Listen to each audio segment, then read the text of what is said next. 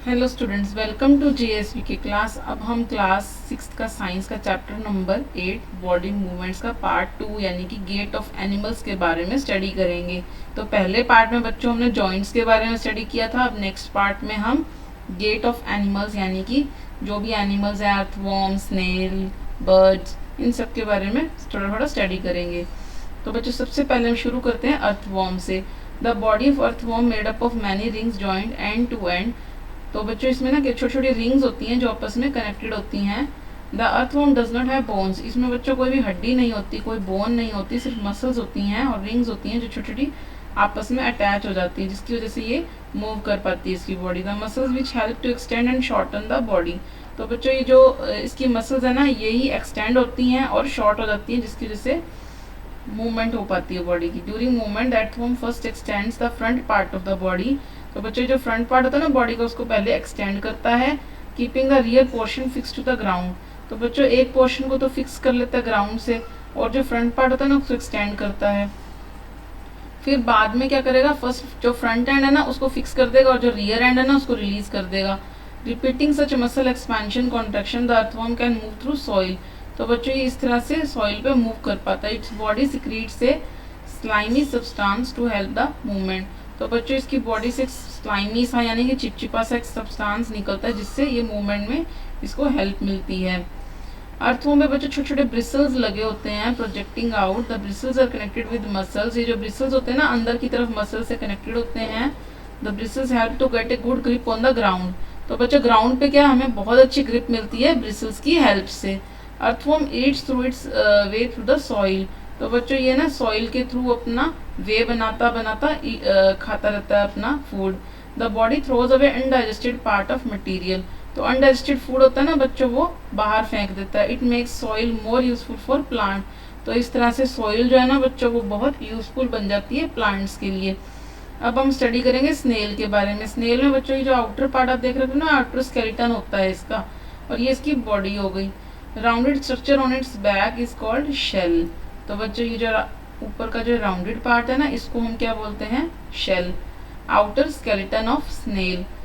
Shell is a single unit and does not help in moving from one place to another. It has to be dragged along. तो बच्चों इसको इसका बाहर बस यूं ऊपर लेना पड़ता है, बाकी इसकी मूवमेंट में ये इसका जो शेल है ना, इसका कोई पार्ट कोई इन्वॉल्वमेंट नहीं है इस तरह का।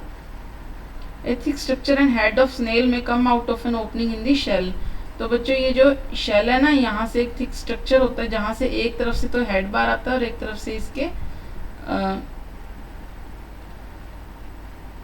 हेड ऑफ स्नेल में come out of an opening in the shell. तो बच्चों जो हेड होता है ना स्नेल का, वो इसमें से बाहर आता है। थिक स्ट्रक्चर भी बाहर आती है। द थिक स्ट्रक्चर होती है ना बच्चों, उसको हम क्या बोलते हैं, उसके फुट्स होते हैं वो, और ये बहुत स्ट्रॉन्ग मसल से बने होते हैं। जो वेवी मोशन होता है ना फुट का बच्चों, वो हम देख भी सकते हैं इसमें। अब बच्चों नेक्स्ट हम स्टडी करेंगे कॉकरोच के बारे में।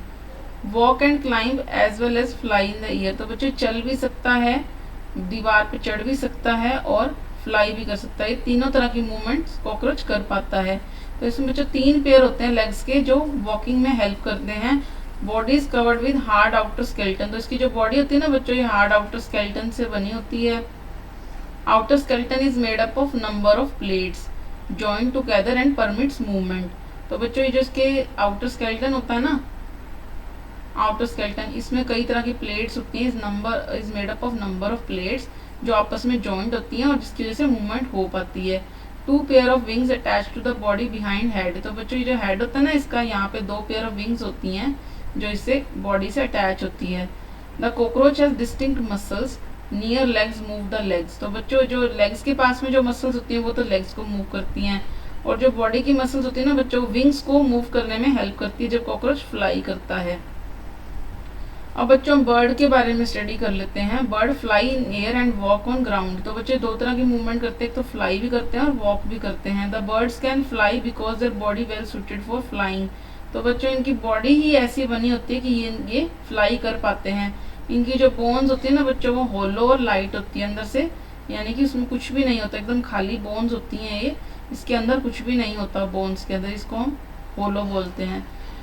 Bones of hind limb are for walking and perching. तो बच्चों ये जो बोन्स होती है ना, ये वाली हाइंड लिम्ब की, ये वॉकिंग में पर्चिंग में हेल्प करती हैं। Bones of fore limb are for wings. तो बच्चों ये जो फोर लिम्स की जो विंग्स है ना, ये वाली, ये जो बोन्स है ऊपर वाली, ये इसको फ्लाई करने में हेल्प करती हैं, विंग्स का काम करती हैं। शोल्डर बोन्स होती हैं बच्चों इसकी बहुत स्ट्रांग होती हैं।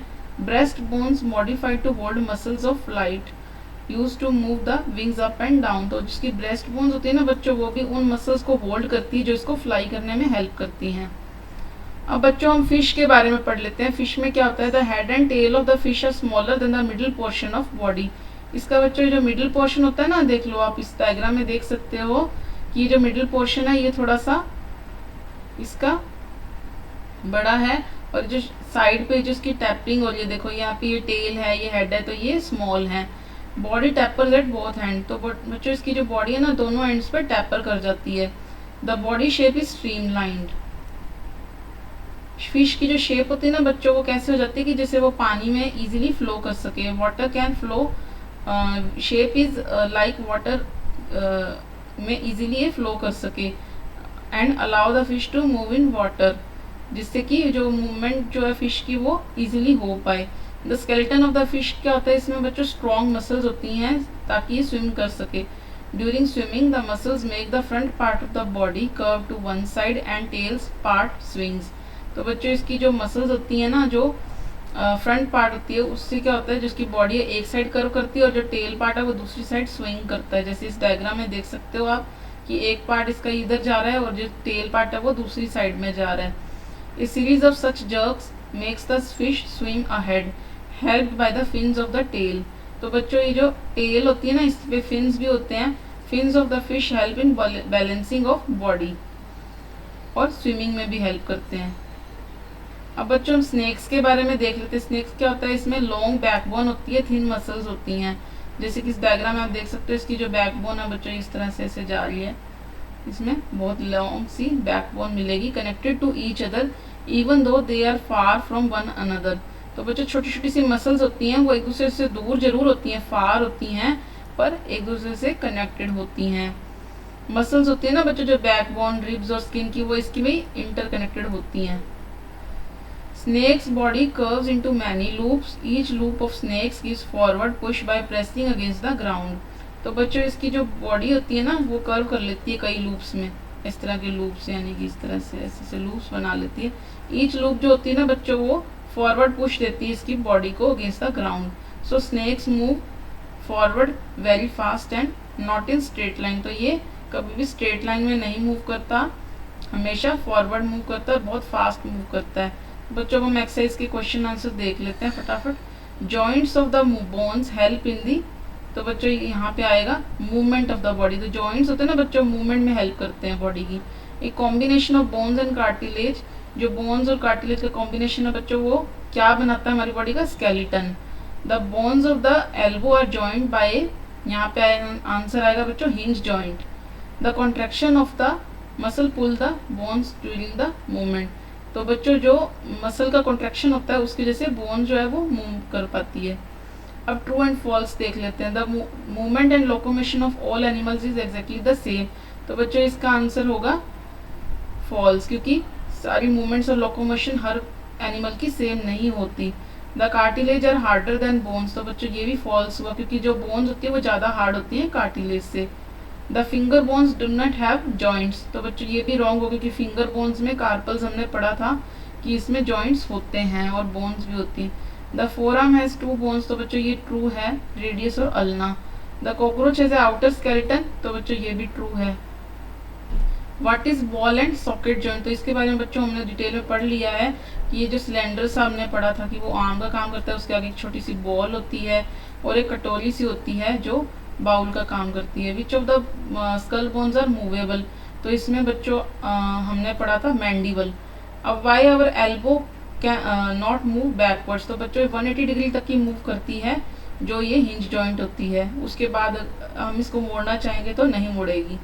थैंक यू बच्चों, आपको लाइक और सब्सक्राइब करना ना भूलें, और कोई भी आपको डाउट है तो कमेंट सेक्शन में जरूर कमेंट करें। Thank you.